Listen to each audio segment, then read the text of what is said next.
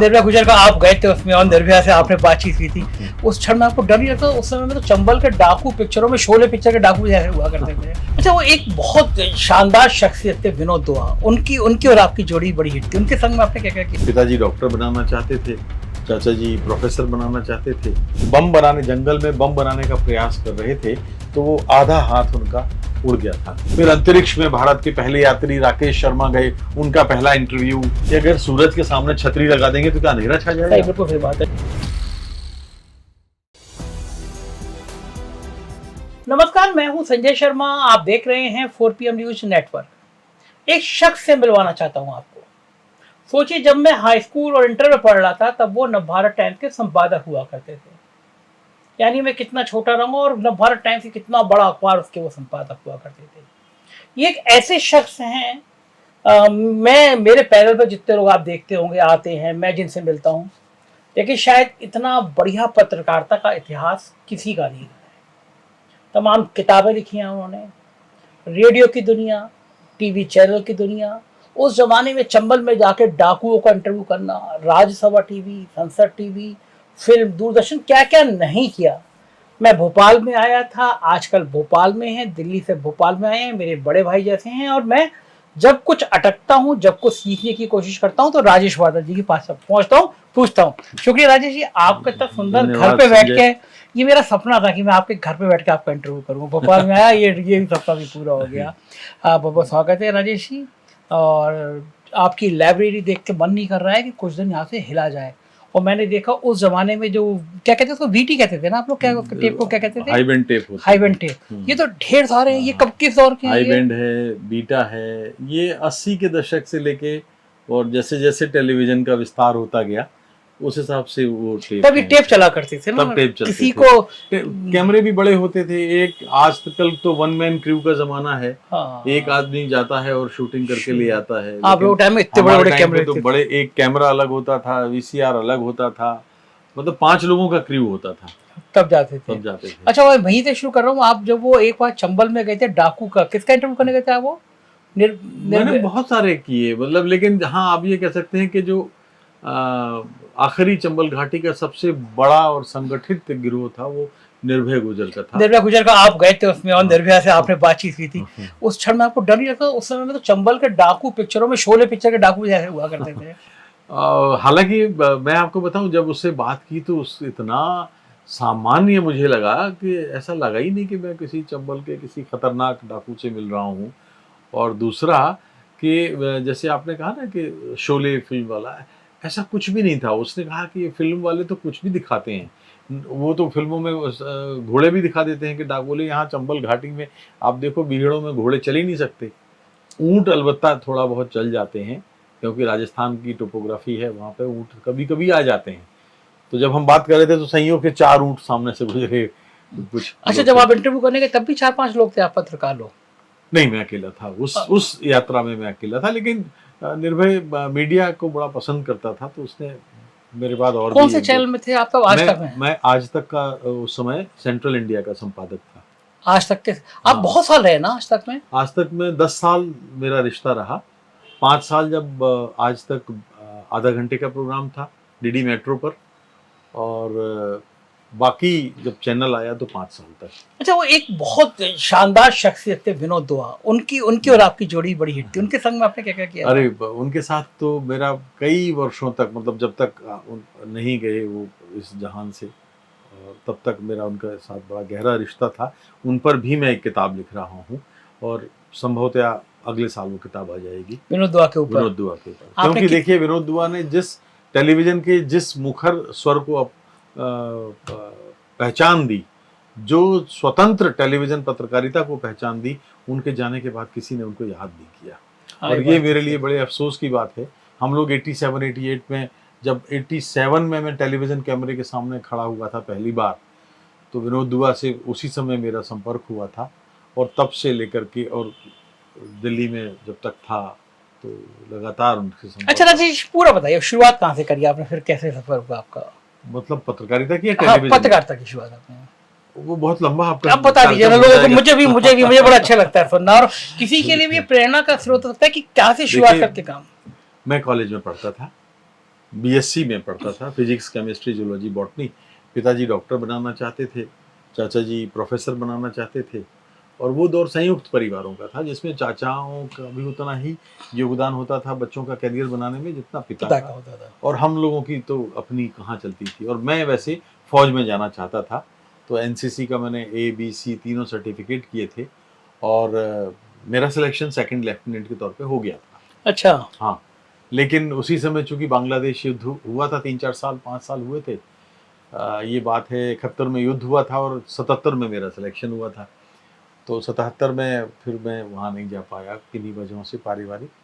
तो पत्रकारिता का कुछ ऐसे हुआ कि एक आपको याद होगा आज़ादी से पहले काकोरी केस हुआ था। काकोरी स्टेशन पर काकोरी जो स्टेशन। हमारे चंद्रशेखर आज़ाद और उनके दल के लोगों ने खजाना लूटने का काम किया था। तो उसके एक सह आरोपी थे राम सेवक रावत। दैनिक जागरण झांसी में हुआ करते थे। बम बनाने, जंगल में बम बनाने का प्रयास कर रहे थे, तो वो आधा हाथ उनका उड़ गया था उसमें। तो मैं उनके पास कभी कभी लेख दैनिक जागरण में लिखने का थोड़ा शौक था, तो भेजता था। तो उन्होंने मुझे जो है पत्रकार बनाया। आप कह सकते हैं कि उन्होंने ही, उनकी चिट्ठियां आज भी मेरे पास रखी हैं। और ये बात है 75-76 की। मैं बीएससी सेकेंड ईयर या फाइनल में था शायद, और तब रेडियो के साथ शुरुआत हो गई थी। तो रेडियो और अखबार इस तरह से हमारे दोनों चलते रहे। फिर मैं यूएनआई में आया और उस पूरे बुंदेलखंड के उस इलाके में यूएनआई का कोई रिपोर्टर नहीं था उस जमाने में। तो उस जमाने बहुत में। एजेंसी बहुत बड़ी बिल्कुल। बात हुआ तो मैं उत्तर प्रदेश का महोबा, बांदा, हमीरपुर, राठ, मऊरानीपुर, झांसी ये कवर करता था। और मध्य प्रदेश का टीकमगढ़, सागर, दमोह, पन्ना, टीकमगढ़ ये सब कवर करता था। और बस फिर 1 साल तक उनके बाद साथ रहा।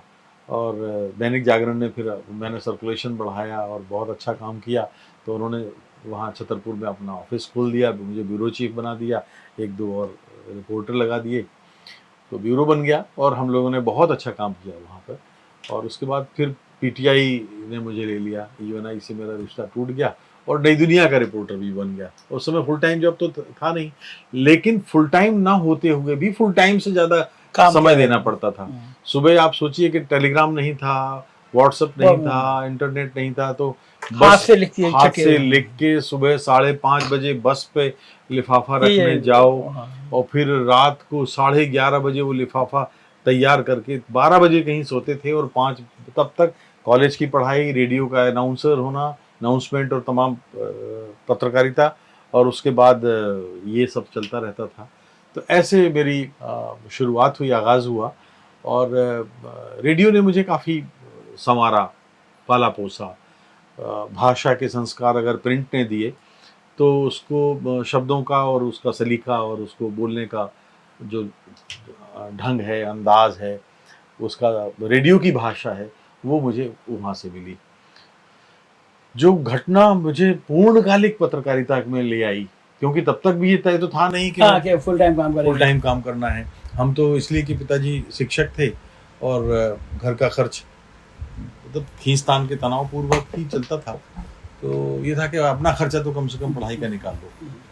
तो ये था, आनंद आता था पत्रकारिता में, इसमें कोई शक नहीं। एक घटना ऐसे हुई थी संजय, वो भारत के इतिहास में आज़ादी के बाद की वो पहली घटना है जिसमें आज तक पत्रकारों को सताए जाने का, उत्पीड़न का जुडिशियल इंक्वायरी कमीशन बैठा हो और हम लोग उसमें जीते।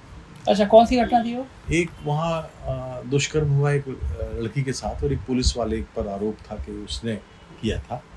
तो उस समय देखिए, आज तो दिन भर अखबार भरे रहते हैं कि दुष्कर्म की खबरों से, लेकिन उस समय एक घटना हुई थी और पूरा शहर हिल गया। तो हम लोगों ने बहुत बड़ी 4000 स्टूडेंट्स ने एक रैली निकाली और उसके बाद कुछ और समाज के तमाम वर्गों के लोग उस घटना के विरोध में आ गए। देखिए, एक घटना के विरोध में। और उस घटना पर कुछ ऐसे डेवलपमेंट हुआ कि पुलिस ने लाठीचार्ज किया, और लाठीचार्ज किया तो गोली भी चलाई और उसमें 4-5 लोग घायल हो गए गंभीर रूप से। तो उस घटना की मजिस्ट्रेटी जांच हुई। वो मजिस्ट्रेटी जांच हम सारे लोग जो थे उनमें से हमारे एक साथी थे, उन्होंने उसको हासिल कर ली और वो रिपोर्ट हासिल की बड़े दिलचस्प अंदाज में, क्योंकि वो उन दिनों टाइपराइटर होते थे तो टाइपराइटर में कार्बन कॉपी लगती थी, तो एक कार्बन पे 2 बार ना टाइप करके, और वो फिर कार्बन अगर आप ऐसे दिखाओगे तो पूरा पढ़ सकते थे। तो हम लोगों ने कुछ ऐसे अरेंजमेंट किए थे। तो हमारे मित्र अब नहीं रहे, वो कोविड के दरमियान छोड़ के चले गए, शिव अनुराग। उन्होंने फिर वो हम लोगों ने सब मिल करके फिर तय किया कि वो रिपोर्ट छापेंगे। तो शिव अनुराग ने के नाम से वो रिपोर्ट छपी। तो उससे प्रशासन बहुत घबरा गया, क्योंकि उसमें प्रशासन को दोषी पाया गया था। उस मजिस्ट्रेटी जांच में पुलिस को दोषी पाया गया था, वार्निंग नहीं दी, बिना वार्निंग के गोली चलाई वगैरह वगैरह। तो ये उत्पीड़न की घटना इतनी चर्चित हुई, पूरे मध्य प्रदेश में चर्चित हुई, और अंततः विधानसभा में अर्जुन सिंह तब तक मुख्यमंत्री हो गए थे, तो 7 घंटे बहस चली इस कांड पे। अच्छा। और 7 घंटे के बाद मैं आपको कह सकता हूं कि भारत की आज़ादी के बाद से ये पहला मामला था जिसमें विधानसभा में जुडिशियल इंक्वायरी कमीशन का ऐलान हुआ। तो जुडिशियल इंक्वायरी कमीशन क्या होता है? सेमी जुडिशियल बॉडी होती है, और आमतौर पर एक मामले की 2 सेमी जुडिशियल बॉडी जांच नहीं करती। और उसके पीछे वजह यह है कि अगर मान लीजिए कोई निष्कर्ष भिन्न हो गए तो दोनों संस्थाओं की साथ सवाल खड़े हैं। तो फिर जो है उन्होंने, प्रेस काउंसिल ने भी इसकी जांच की, लेकिन ये अपवाद एक मामला है। अफसोस की बात है कि ऐसे मामले हमारी पत्रकारिता के विश्वविद्यालय में पढ़ाई नहीं जाते। तो वो बहुत रिपोर्ट है, 1.5 साल तक गवाहियां चली। मैं इंदौर से जाता था, गवाही देने जाता था, और बड़ी रिपोर्ट है, मोटी ताजी रिपोर्ट है वो। और उसमें प्रशासन को दोषी माना गया और उनको कंडेम किया गया।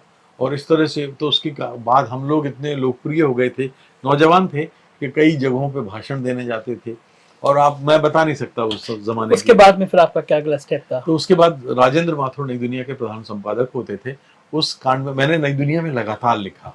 उस घटना का, नई दुनिया चूंकि उन दिनों देश का नंबर 1 अखबार था, मतलब राष्ट्रीय इंदौर से भले ही निकलता था, लेकिन नंबर 1 अखबार बहुत बड़ा है। तो उसमें छपने से असर ये हुआ कि सरकार दबाव में आ गई। तो राजेंद्र माथुर जी ने हमको फिर सह संपादक के तौर पे प्रस्ताव दिया। ये कौन से सन की बात? ये 1980 में सह संपादक नई दुनिया। तो वहाँ से मैं चला गया, और उसके बाद फिर मैंने वहाँ ज्वाइन किया, फिर एक्सक्लूसिव रिपोर्टिंग करता था।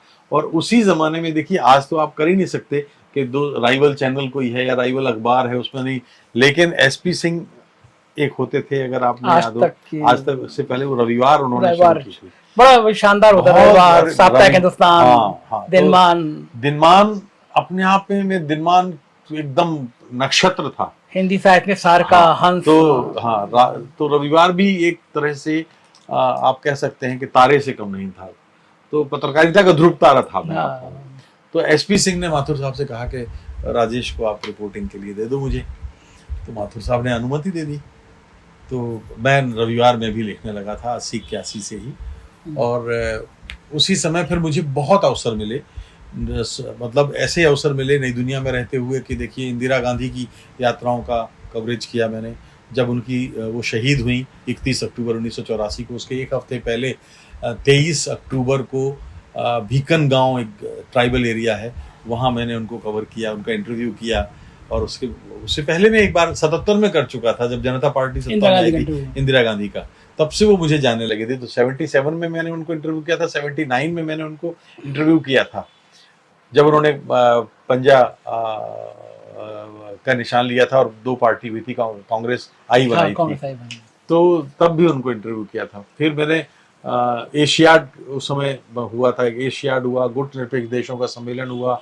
सुनील दत्त की 1983 में पदयात्रा हुई थी बॉम्बे से अमृतसर तक की, क्योंकि पंजाब में आतंकवाद बहुत चल गया था। और उसके बाद फिर चंद्रशेखर की पदयात्रा, 84 का इलेक्शन, मतलब ऐसे कवरेज। फिर अंतरिक्ष में भारत के पहले यात्री राकेश शर्मा गए, उनका पहला इंटरव्यू। अच्छा। हाँ जी, तो वो सब किया। और रिपोर्टिंग भी खूब की, भरपूर रिपोर्टिंग की।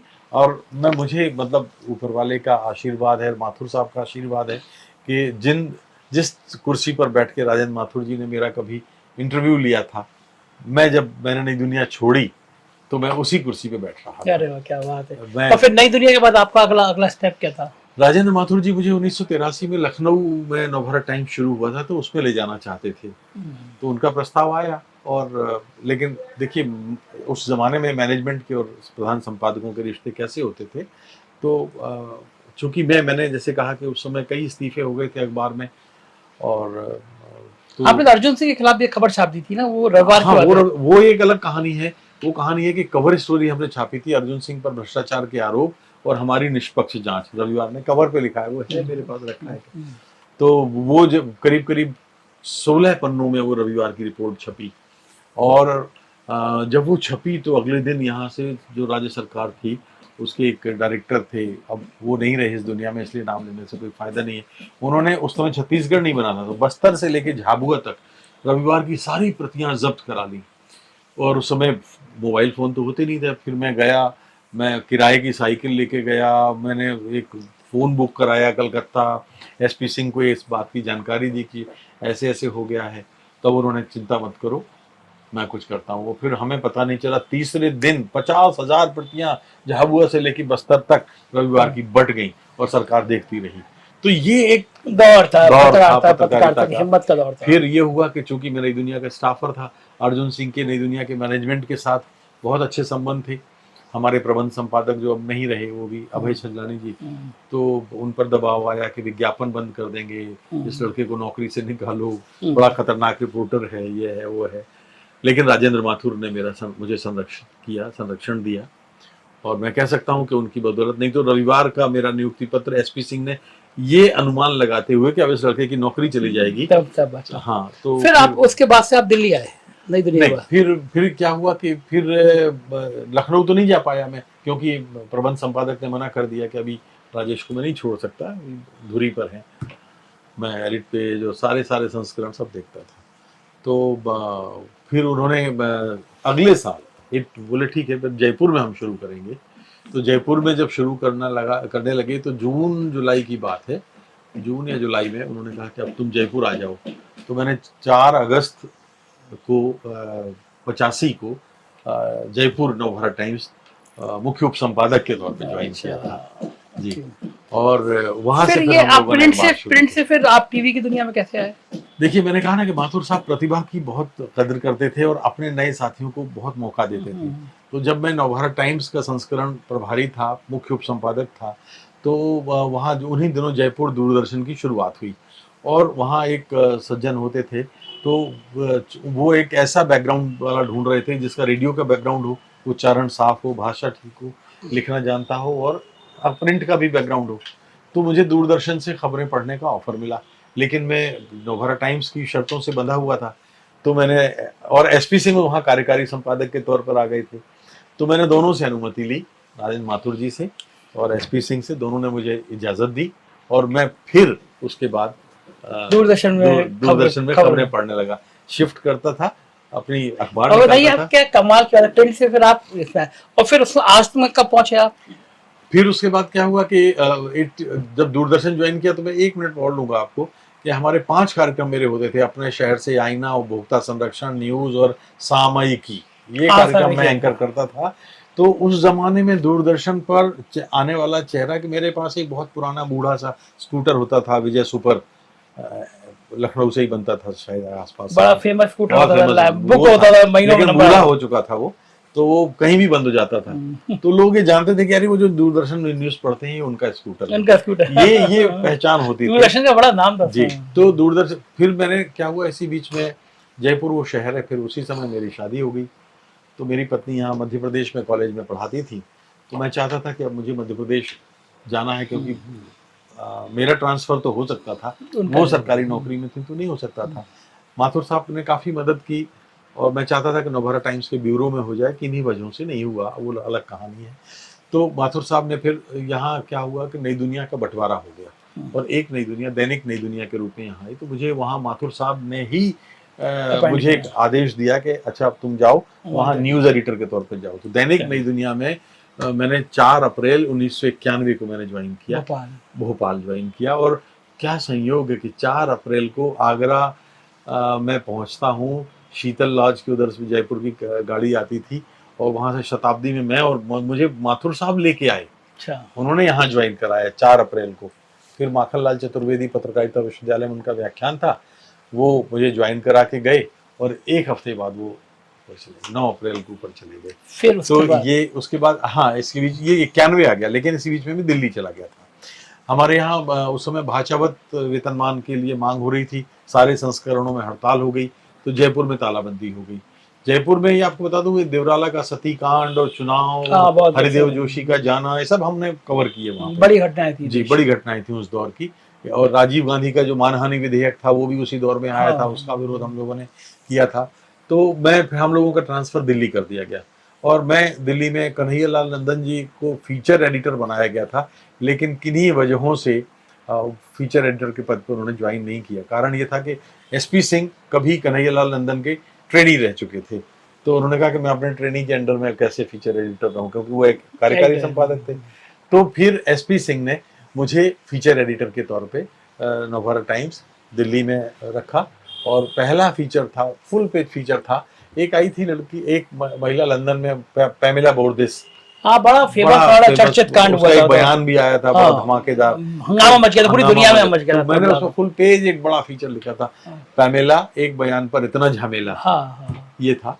तो इस तरह से वहां रहा। उसके बाद फिर इसी बीच में ये बात चली, तो माथुर साहब ने पूछा कि तुम जाओगे भोपाल, तो मैं तो उतावला था ही, तो मैं यहाँ आ गया। यहाँ आने के बाद फिर यहाँ कुछ ऐसा संयोग हुआ संजय कि मुझे लगा कि शायद वो एसपी सिंह ने मुझे रोका था कि राजेश तुम गलत जा रहे हो, क्योंकि मैं यहाँ डिप्टी न्यूज एडिटर तुमको यहाँ नवभारत टाइम्स में बना के लाने वाला हूँ, लेकिन तुम वहाँ जाओगे तो रिग्रेट करोगे। लेकिन माथुर साहब का आदेश था, तो मुझे कहने में कोई हिचक नहीं कि एसपी सिंह और मेरे लिए दोनों बराबर का महत्व रखते थे, लेकिन अगर कोई एक चुनने की बात करता या पहला आदेश राजेंद्र माथुर। तो मैं यहाँ आया और आपने एक बहुत बड़ा नाम था उस समय, देश में श्रमिक आंदोलन हुआ था शंकर गुहा नियोगी, अरे हाँ, हत्याकांड हो गया। हाँ, छत्तीसगढ़ में उसकी हत्या हुई थी। तब अलग राज्य बना नहीं था, तो मैंने वो कवर की घटना, और उसमें उन हत्यारों जो पूंजीपति थे जिनका हाथ था, मैं दस्तावेज की वो खबर मैंने छापी।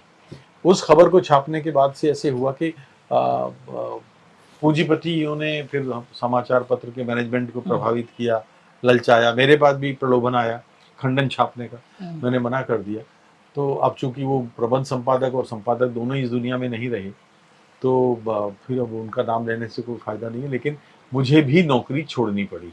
8 अक्टूबर 1991 को सुबह 9:20 पर मैंने इस्तीफा दे दिया और मैंने तय किया कि अब मैं कभी अखबार में नौकरी नहीं करूँगा।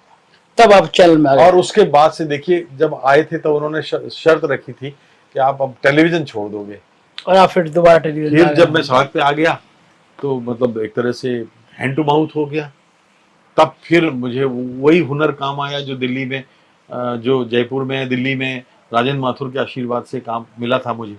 तो फिर मैंने यहाँ दूरदर्शन शुरू हुआ, राष्ट्रपति शंकर दयाल शर्मा थे, वो उद्घाटन करने आए थे, तो मैंने पहला बुलेटिन यहाँ का पढ़ा और फिर 13 साल तक लगातार खबरें पढ़ी दूरदर्शन पे। और फिर इसी बीच में फ्रीलांसिंग करता रहा। मैं 13 अखबारों के लिए मैं फ्रीलांसिंग करता था उस समय। अभी भी वो सिलसिला जारी है। आप भास्कर में, लोकपत्र सबसे लिखते हैं, आपका आर्टिकल छपते रहते हैं देश में। आज तो उसके बाद आज तक में, और फिर नहीं, अभी आज तक नहीं। आपने विनोद दुआ की जो बात की थी, 92 में विनोद दुआ ने परख शुरू किया था। हम लोग पुराने साथी थे, तो मैं महाराष्ट्र, मध्य प्रदेश, कुछ उत्तर प्रदेश और विदर्भ का कुछ हिस्सा, ये परख के लिए कवर करता था, स्पेशल कोरेस्पोंडेंट था। और परख में फिर मैंने पहले एपिसोड से आखिरी एपिसोड तक जिस टाइम पर परख आता था, बाद में उसी टाइम पर उनको, मतलब विनोद दुआ को, एक अनुबंध मिला न्यूज वेव का। हाँ, पहला दैनिक न्यूज बुलेटिन, जो लोग ये समझते हैं कि आज तक पहला प्राइवेट सेक्टर का न्यूज बुलेटिन है, आज तक नहीं है। अच्छा। आज तक से पहले विनोद दुआ का है न्यूज वेव। न्यूज वेव जब खत्म हुआ तो उसी टाइम पर फिर आज तक शुरू हुआ। अच्छा, यहाँ से फिर आप आज तक, फिर यहाँ से फिर आज तक, चूंकि एसपी सिंह फिर यहाँ आ गए 10 साल वहाँ पे, और फिर राष्ट्रपति टीवी। अच्छा, आपको इतना सब करने के बाद में किताबें लिखने का कितना मौका मिला? कितनी किताबें आप लिख चुके हैं अब तक? किताबों का देखिए, सह लेखक के तौर पर तो करीब 6 किताबें मेरी पहले आ चुकी थी, लेकिन जब मैंने राज्यसभा टेलीविजन से और थोड़ा था फिल्मों के नियमित सिलसिले से मुक्ति पाई, क्योंकि बायोपिक बनाने वाला मैं भारत का टेलीविजन पर अकेला फिल्म मेकर हूँ, तो जब उस लाइफ से थोड़ा राहत मिली तो किताब लिखने का मुझे लग रहा था कि अब हमारी नियति ने इतना कुछ दिया है, तो अब मुझे समाज को एक कर्ज की तरह लौटाने का अवसर आ गया है। तो किताब की शक्ल में शायद जो मैंने पाया है वो समाज के लिए वापस समर्पित। तो 6 किताबें उस समय पहले थी जो सहलेखक के तौर पर थी, और उसमें इंदिरा गांधी इग्नू के लिए पत्रकारिता पाठ्यक्रम की है, कोटा ओपन यूनिवर्सिटी के लिए ग्रामीण पत्रकारिता पर किताब है, ये 30-35 साल पहले थी। मध्य प्रदेश में पत्रकारिता का इतिहास था, वो भी करीब करीब 40 साल पहले लिखा था। उसके बाद एक संदर्भ 82 जो यहाँ कहीं रखा होगा, वो मैंने निकाला था, संपादन टीम में था। फिर मेरी 5 किताबें अभी हाल में आई हैं। गजब है। पहली किताब थी शब्द सितारे, जो नेशनल बुक ट्रस्ट ने छापी।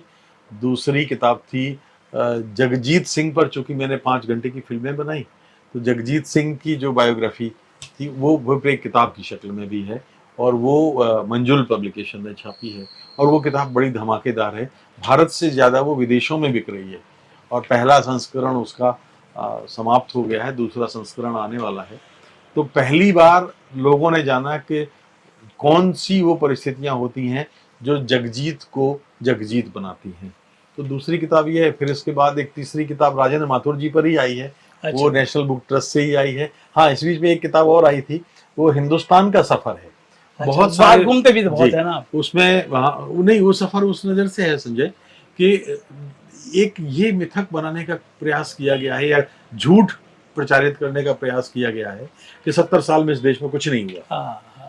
तो जो 70 साल का सफर है, वास्तव में हम 1947 में कहाँ खड़े थे। सही बात हमारे पास खाने को दाने नहीं थे, पहनने को कपड़े नहीं थे, शिक्षा नहीं थी, स्कूल नहीं थे, अस्पताल नहीं थे, रोजगार नहीं थे, खेती नहीं थी, सिंचाई नहीं था, बिजली नहीं था, कुछ नहीं था, एटॉमिक एनर्जी नहीं थी, IIM नहीं थे।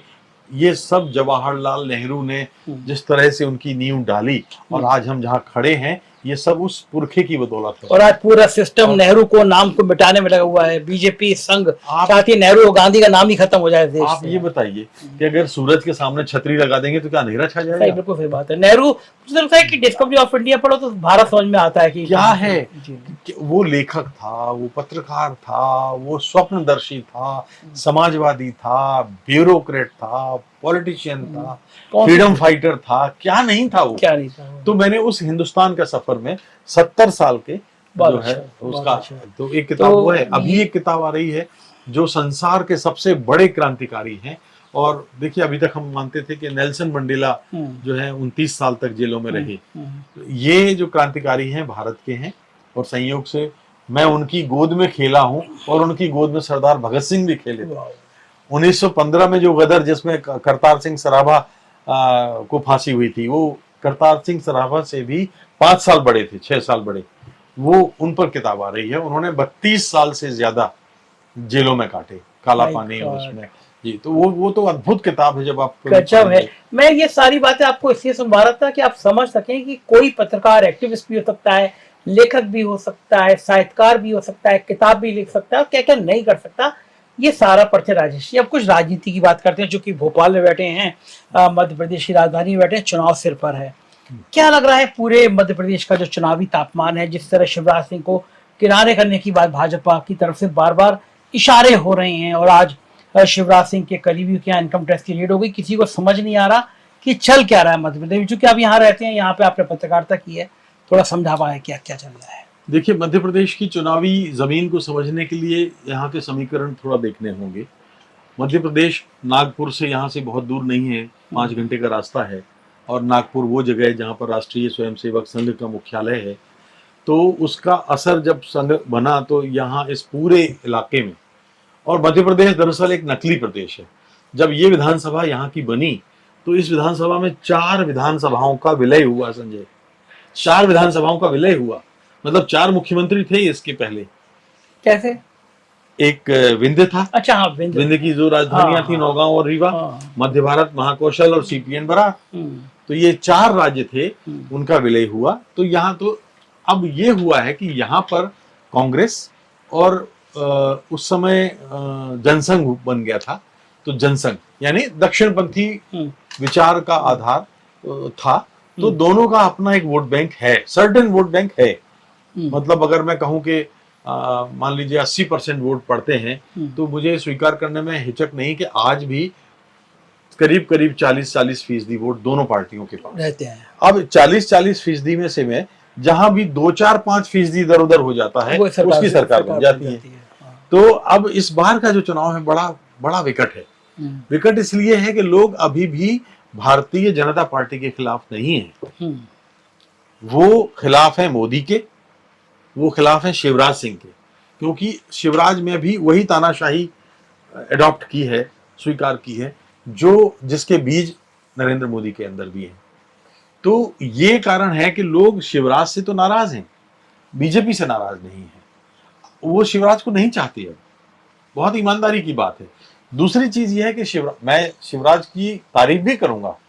जब शिवराज को मुख्यमंत्री बनाया गया तो पहला कार्यकाल तो बहुत छोटा सा था, दूसरे कार्यकाल में शिवराज ने किसानों के लिए, खेती के लिए, सिंचाई के लिए बहुत काम किया, अच्छा काम किया, और उसकी सब तारीफ करते हैं। एक तरफ आपके पास सैलरी बांटने के लिए नहीं है, कर्मचारियों के ड्यूज क्लियर करने के लिए पैसे नहीं है, संविदा नियुक्तियों की जो है वो आप निकाले जा रहे हैं, कई पदों पर जो है डिपार्टमेंट्स में पद खाली पड़े हैं, और आप 3 से 4 हजार करोड़ हर महीने कर्ज ले रहे हैं। और कर्ज लेके कर क्या रहे हैं आप?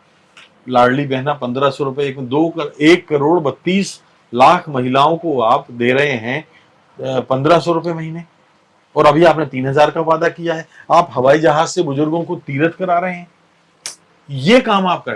पहले आप हवाई जहाज से नहीं, ट्रेनों से तीर्थ कराते थे। तो इस तरह की जो चीजें होती थी, उसने शिवराज के खिलाफ इस मध्य प्रदेश में जमीन तैयार कर दी। अब लोग शिवराज को नहीं चाहते। तो ये कांग्रेस के लिए मुझे लगता है कि जैसे पिछली बार ही हार गई थी बीजेपी, तो हाँ, वो तो ज्योतिरादित्य सिंधिया ने अगर भीतरघात नहीं किया होता और धोखा नहीं किया होता, दल बदल नहीं किया होता, तो शायद कांग्रेस की सरकार चल रही होती। तो इस बार भी मैं कह सकता हूं कि जो जमीन है वो अभी कांग्रेस के लिए अनुकूल है, लेकिन इसका अर्थ जैसे मैंने कहा कि 40-40% है। कांग्रेस को मेहनत तो करना पड़ेगी, आसानी से उसके हाथ में। दिन भी कितने बचे, बस एक महीना बचा है, एक महीने से कम से जैसे कुछ ऐसा नहीं, मैं बताता भी हूँ, गड़बड़ भी हुई है। रीवा, सतना, पन्ना, छतरपुर, दतिया, टीकमगढ़, ये जो एरिया है, ये 2 पार्टियों का, समाजवादी पार्टी और बहुजन समाज पार्टी, इन दोनों का यहाँ पर असर है। कांग्रेस ने क्या किया कि कोशिश तो की, दोनों पार्टी अभी भी शायद कोशिश चल रही होगी, क्योंकि समाजवादी पार्टी भी इंडिया में है। हाँ। यहाँ गणित ये है संजय कि 4-4.5% वोट समाजवादी पार्टी के होते हैं, और यहाँ उनको 2003 में 7 विधायक उनके चुन के आए थे, जबकि उनको केवल 4% वोट मिले थे। अच्छा। हाँ। और बीएसपी को केवल उनके 2 जीत के आए थे, लेकिन उनका वोट बैंक 6% था। तो 6 और 4 10 मान ले। 2003 में बीजेपी ने गाड़ी पटरी से उतारी थी कांग्रेस की, तब अगर मुझे ध्यान है तो कांग्रेस और उसके बीच में 11%-12% वोटों का अंतर था। 35% कांग्रेस के थे और शायद 46% बीजेपी के थे। तो अगर कहीं तीसरी ये 10-11% जो बीएसपी और एसपी का खेल नहीं होता, तो इसका अर्थ यह कि कांग्रेस आज भी मजबूत स्थिति में होती। तो अब इस बार ये हुआ है कि अभी भी मुझे लगता है वक्त है, समाजवादी पार्टी के कुछ प्रत्याशियों के लिए कांग्रेस को कम से कम 5 या 6 टिकट तो देना चाहिए। वो तालमेल होना पड़ेगा। हाँ, क्योंकि अभी तभी तो उन्होंने क्या समय है। हाँ, क्योंकि डिक्लेयर कर दिया उन्होंने, तो समाजवादी पार्टी ने कहा कि हम लड़ेंगे। उन्होंने 9 सीटों पर डिक्लेयर किया है, और भी कुछ सीटों पर। लेकिन अच्छा, ये बताइए, आप इतना करीब से जानते हैं मध्य प्रदेश की राजनीति को, ये क्या सीन है कि मोदी जी केदारनाथ में गए साधना करने के कुछ दिनों बाद फोटो आया, शिवराज सिंह चौहान भी गंगा जी किनारे बैठे हुए, ये कौन सा खेल है? कॉपी कर रहे हैं मोदी जी? देखिए, 2 अत्यंत महत्वाकांक्षी लोग हैं, और आपको याद होगा लालकृष्ण आडवाणी को मैं याद करना चाहूंगा। लालकृष्ण आडवाणी ने एक बार कहा था, जिसमें नरेंद्र मोदी भी वहां मौजूद थे, कि शिवराज सिंह चौहान जो है प्राइम मिनिस्टर मटेरियल है। हाँ, कहा था।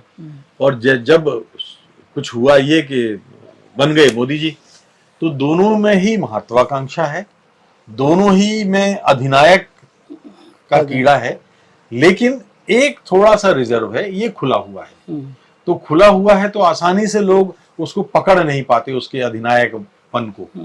लेकिन नरेंद्र मोदी और शिवराज में, दोनों में बड़ी विलक्षण समानताएं हैं। अब आपने बताया, जैसे अभी गए थे कहीं लेह वे पे, उनकी एक तस्वीर आई थी, बड़ा लद्दाखी कुछ वेश पहने हुए थे, और इधर शिवराज गए नाराज होकर के, तो वहां ऋषिकेश में बैठे हुए हैं गंगा के किनारे। तो ये एक तरह से उन्हीं की शैली में उत्तर देते रहते हैं। अब ये अंताक्षरी चल रही है शिवराज और तो उन्होंने मोदी की। कॉपी करने की कोशिश करी तो मोदी जी ने सुना है कि ट्राइडेंट पे छापे पाड़ दिए, और ट्राइडेंट जो है शिवराज जी की बड़े करीबी कंपनी है। लेकिन ये जो ईडी और इनकम टैक्स का ये जो प्रयोग है राजेश जी, ये देश की राजनीति को किस दिशा में ले जाएंगे? ये बहुत घातक प्रयोग है संजय। व्यक्तिगत महत्वाकांक्षाओं की पूर्ति के लिए आप संवैधानिक लोकतांत्रिक संस्थाओं का क्षरण करें, उनकी हत्या कर दें, ये कोई भी सभ्य लोकतंत्र बर्दाश्त नहीं करेगा। पहली बात तो ये है। दूसरी चीज ये है कि इन संस्थाओं में हमने वो दौर देखा है, इसलिए मैं कह सकता हूं हमने न्यायपालिका का वो दौर देखा है, हमने कार्यपालिका का वो दौर देखा है, हमने पत्रकारिता का वो दौर देखा है जब इनकी अपनी रीढ़ जो है, लोकतांत्रिक रीढ़ सलामत थी और मजबूत थी। अफसोस की बात यह है कि हाल के कुछ दिनों में इस रीढ़ की हत्या हुई है। आज न्यायपालिका वैसा व्यवहार नहीं कर पा रही है जैसा हम लोगों ने पहले देखा है। भाई जगमोहन लाल सिन्हा ने जो इलाहाबाद में फैसला दिया था, इंदिरा गांधी प्राइम मिनिस्टर थी और इंदिरा गांधी जैसी नेत्री आप देखिए, चुनाव आयोग, सीबीआई, ईडी, आप देखिए सीएजी ने एक ऐसी रिपोर्ट की 1,76,000 करोड़ के घोटाले की, आज तक साबित नहीं हुआ। सब फ्रॉड निकला, कुछ था ही नहीं, घोटाला ही नहीं था। तो हमारी संस्थाओं में एक तरह से एक वर्गीकृत डिवीजन, एक वर्टिकल डिवीजन जिसको मैं कहूं, वो हो गया है। और वर्टिकल डिवीजन वैचारिक आधार पे हुआ है। एक विचारधारा वो है जो इस देश की लोकतांत्रिक और समाजवादी और धर्मनिरपेक्ष धारा का समर्थन करती है। दूसरा दक्षिणपंथी और जो भारतीय जनता पार्टी की नीतियां हैं उसके साथ है। अब उसमें हमारी ब्यूरोक्रेसी भी बट गई है, उसमें हमारी न्यायपालिका भी बट गई है, उसमें हमारी कार्यपालिका भी बट गई है। तो ये छापे छुपे जो हो रहे हैं, ये उनके पीछे कहीं ना कहीं बदनीयत है, कहीं ना कहीं उसमें उसके पीछे छुपी हुई दुर्भावनाएं हैं। और ये है कि जब तक मैं हूं तब तक कोई दूसरा आगे कैसे बढ़े। बिल्कुल ठीक बात है राजेश जी, बहुत मजा आया आपसे बात करके, इतनी सारी जानकारी दी, शुक्रिया समय देने के लिए। तो ये आपने इतना शानदार इंटरव्यू देखा और मेरे को बड़ा अच्छा लगा राजेश जी से बात करके, और मुझे लगा कि पत्रकार कैसा होना चाहिए। इस दौर में थोड़ा पढ़ना लिखना कम हो गया है पत्रकारों का, बहुत फास्ट हो गया है, बस 2 लाइनें बोले और काम चल गया। तो सीखिए राजेश जी से, और आप लोग भी बताइएगा कमेंट करके कि आपको ये इंटरव्यू कैसा लगा। मैं आपकी राय का इंतजार करूंगा। शुक्रिया।